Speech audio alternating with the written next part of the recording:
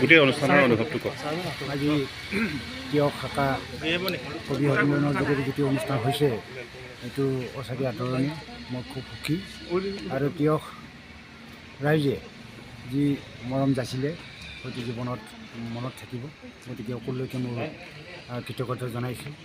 তিয়ক শাখা কবি সন্মিলনৰ লগতে তিয়ক সমিতি অৱতী ৰাইজকে মোৰ কৃতজ্ঞতা থাকিব। অনুভৱটো কওক। তিয়ক সাহিত্য বঁটা প্ৰদান আজি অনুষ্ঠানটোৰ লগতে তিয়ক কবি সন্মিলনৰ যি সভা অনুষ্ঠিত হ'ল ভাবিছোঁ অতি সাৰ্থক হৈছে ই আৰু সকলোৰে মন পৰখি গৈছে এই অনুষ্ঠানটোৰ দ্বাৰা। মই ইয়াৰ উত্তৰটো কামনা কৰিছোঁ। তিয়কবাসী হৈ মই গৌৰৱ অনুভৱ কৰিছোঁ।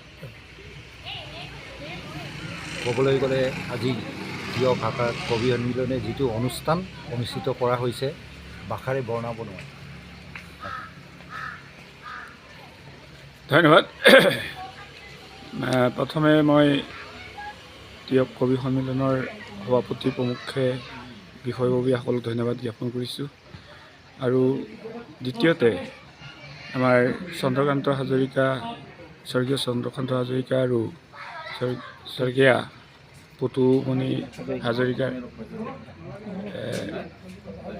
পুত্ৰ বোৱাৰীক আমি সুসন্তান দেৱজিৎ হাজৰিকা পৰিয়াললৈ ধন্যবাদ জ্ঞাপন কৰিছোঁ। এখেতৰ পৰিয়ালে আজি এজন সৰুজা ব্যক্তিক শ্ৰীযুত কালীনাথ পাংগিং ছাৰক তিয়ক সাহিত্য বঁটা প্ৰদান কৰি যি এখেত মহান আদৰ্শ দাঙি ধৰিলে তেখেতলৈ আমি আন্তৰিক ধন্যবাদ জ্ঞাপন কৰিছোঁ।